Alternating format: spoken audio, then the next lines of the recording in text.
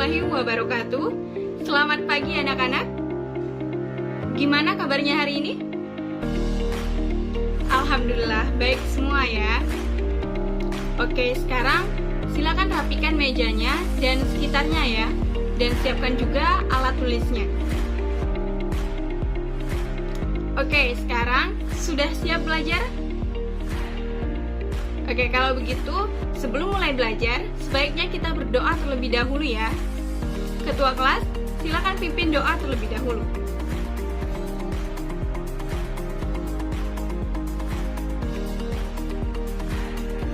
Oke, sekarang kita presensi dulu ya. Hari ini ada yang tidak hadir? Alhamdulillah, hadir semua ya. Oke, nah anak-anak, ada yang masih ingat kemarin kita belajar apa?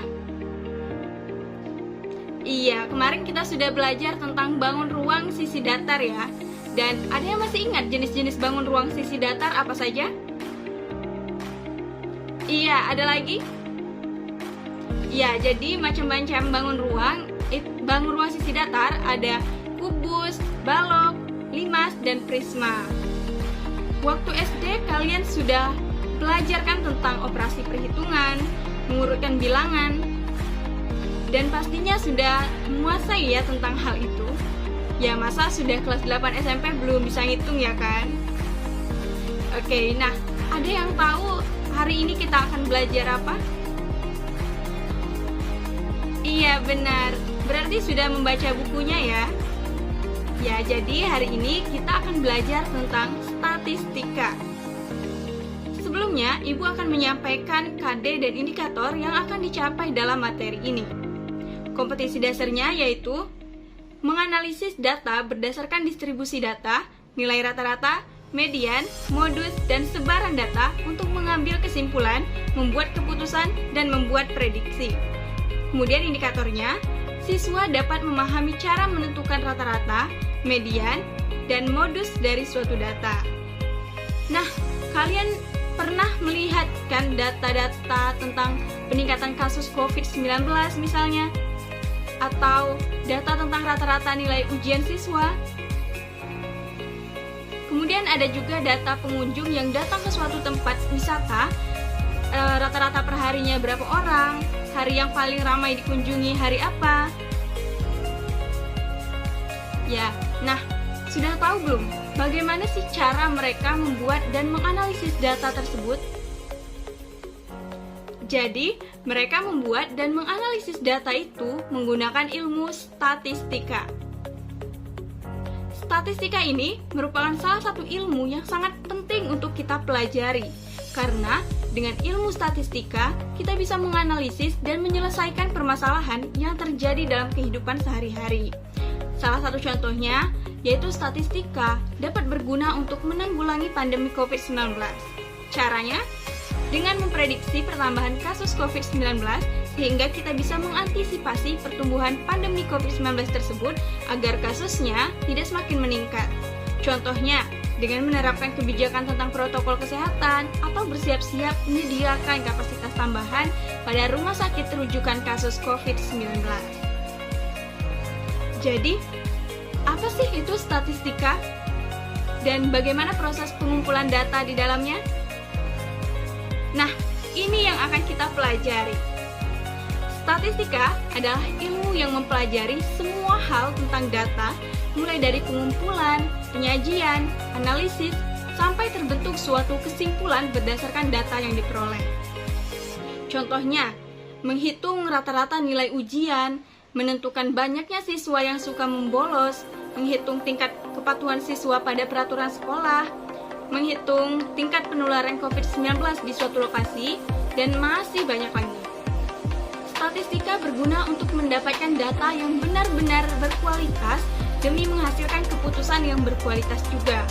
Nah, hal ini dilakukan agar kesalahan-kesalahan yang mungkin terjadi dalam bisnis, misalnya, itu dapat diminimalisir. Nah, dalam perhitungan statistika ini, ada yang namanya mean, median, dan modus dalam suatu data. Apa itu mean, median, dan modus? Nah, coba perhatikan gambar ini. Nah, di sini Ibu punya gambar yang bisa membuka pikiran kita tentang mean, median, dan modus. Nah, dari gambar ini, kita bisa melihat ya, bahwa nilai yang berada di titik ini disebut dengan modus. Coba perhatikan. Dari grafik yang diberikan, kita bisa mengetahui bahwa nilai yang berada di titik ini memiliki frekuensi terbanyak, karena titiknya berada pada puncak tertinggi dari grafik tersebut. Nah, inilah yang disebut dengan modus. Jadi, modus adalah ukuran data yang sering muncul atau frekuensi yang paling banyak. Nah, selanjutnya ada garis yang berwarna biru. Nilai pada garis ini disebut dengan median. Jika kita lihat dari grafiknya, nilai ini terletak di tengah-tengah dari data yang ada pada grafiknya. Dari mana kita tahu bahwa itu berada di tengah-tengah? Karena pada gambar ini, di sebelah kiri maupun sebelah kanan dari garis yang berwarna biru atau median itu ada sebanyak masing-masing 50% data. Jadi, median adalah ukuran data yang terletak di tengah setelah data diurutkan berdasarkan besarnya. Selanjutnya ada garis yang berwarna merah yang disebut dengan middle word atau mean, yang artinya rata-rata. Sesuai dengan namanya, jadi mean adalah nilai rata-rata dari suatu kelompok data.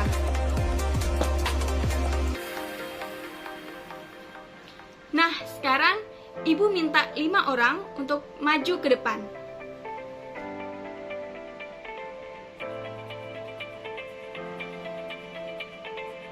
Oke, nah sekarang coba kalian berlima berdiri secara acak ya. Nah, anak-anak yang lain, coba kalian tentukan di antara 5 teman kalian ini, siapa yang tinggi badannya berada di tengah-tengah atau urutan ketiga? Ada yang jawab Ayu, ada yang jawab Tika. Jadi, yang mana nih yang berada di urutan ketiga? Tika atau Ayu? Agak bingung ya menentukannya. Oke, sekarang coba kalian berlima berdiri sesuai urutan tinggi badan.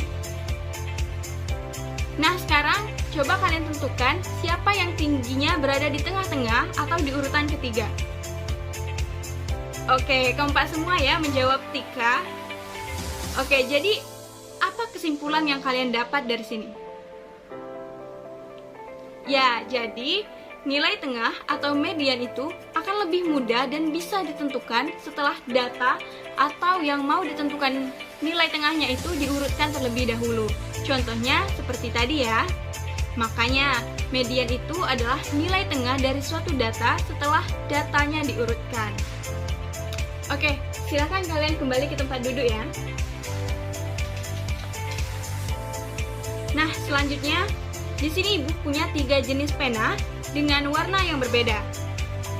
Nah, pertama Ibu akan mengambil pena ini dan kalian bantu hitung berapa kali masing-masing pena ini terambil ya. Oke, Ibu ambil pena ini. Kemudian Ibu ambil pena ini. Kemudian Ibu ambil pena ini. Kemudian Ibu ambil pena ini. Dan yang terakhir Ibu ambil pena ini.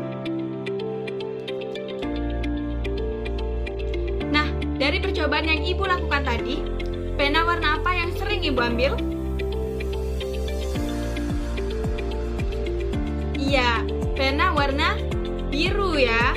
Nah, pena warna biru inilah yang akan dinamakan dengan modus, karena dia yang paling sering Ibu ambil atau istilahnya yang memiliki frekuensi terbanyak. Jadi, modus itu adalah data yang memiliki frekuensi terbanyak. Nah, jadi dari penjelasan yang sudah Ibu paparkan tadi, bagaimana sih cara menentukan mean, median, dan modus dari suatu kumpulan data? Dan bagaimana juga membuat prediksi atau kesimpulan dari suatu kumpulan data? Nah, untuk menjawab pertanyaan-pertanyaan ini, kalian bisa menentukannya dengan melakukan proyek yang akan Ibu berikan. Sekarang, silahkan kalian duduk sesuai dengan kelompok yang sudah dibagi sebelumnya.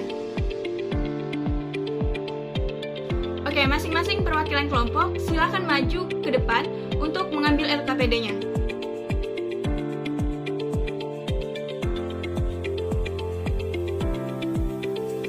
Nah, anak-anak, tadi kita sudah membuat aturan ya dalam pengerjaan proyek, dan di LKPD tersebut juga sudah ada petunjuk untuk pengerjaan LKPD-nya.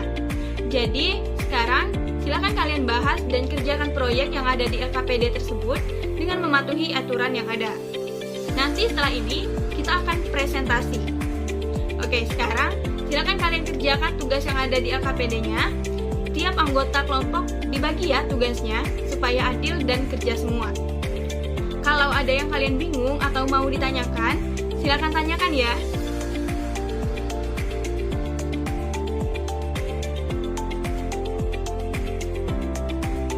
Bagaimana kelompok 1? Ada kendala? Oke, semuanya kebagian tugas kan? Baik, silakan dilanjutkan diskusinya.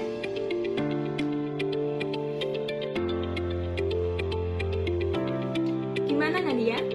Apakah ada kendala? Oh, itu kamu bisa menyelesaikannya setelah kamu mendapatkan hasil untuk pertanyaan di atasnya. Jadi, kamu selesaikan dulu pertanyaan yang ini ya, baru nanti kamu bisa menyelesaikan pertanyaan yang ini. Dan ingat kembali juga konsep yang sudah Ibu jelaskan tadi ya. Oke, silakan dilanjutkan. Oke anak-anak, waktu diskusinya sudah habis. Sudah selesai semua mengerjakan tugasnya?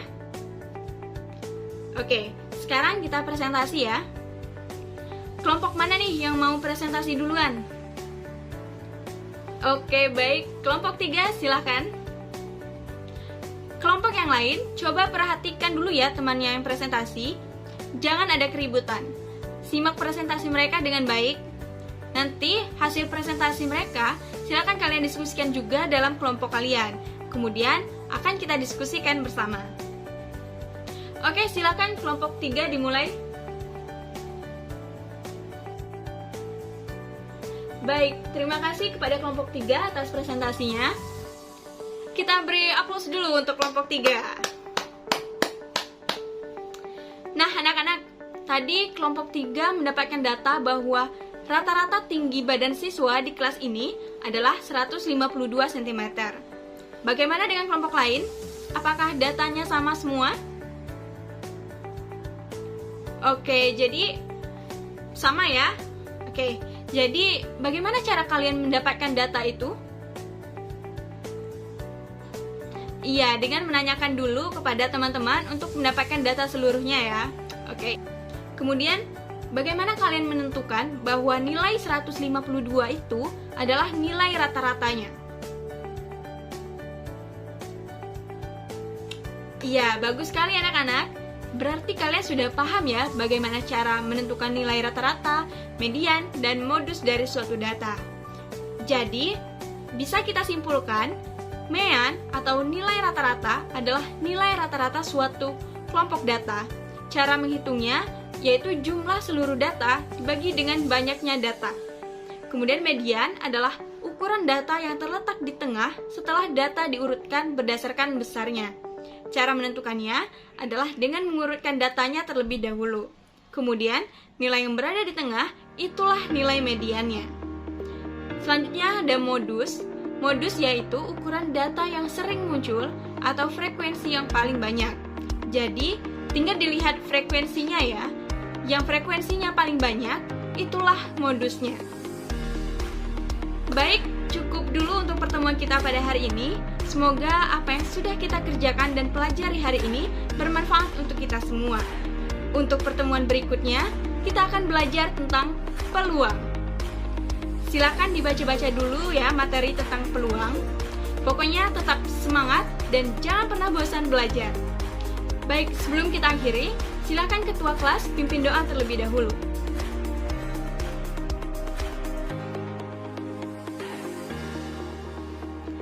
Baik anak-anak, Ibu akhiri pertemuan kita pada hari ini. Sampai jumpa di pertemuan berikutnya. Wassalamualaikum warahmatullahi wabarakatuh.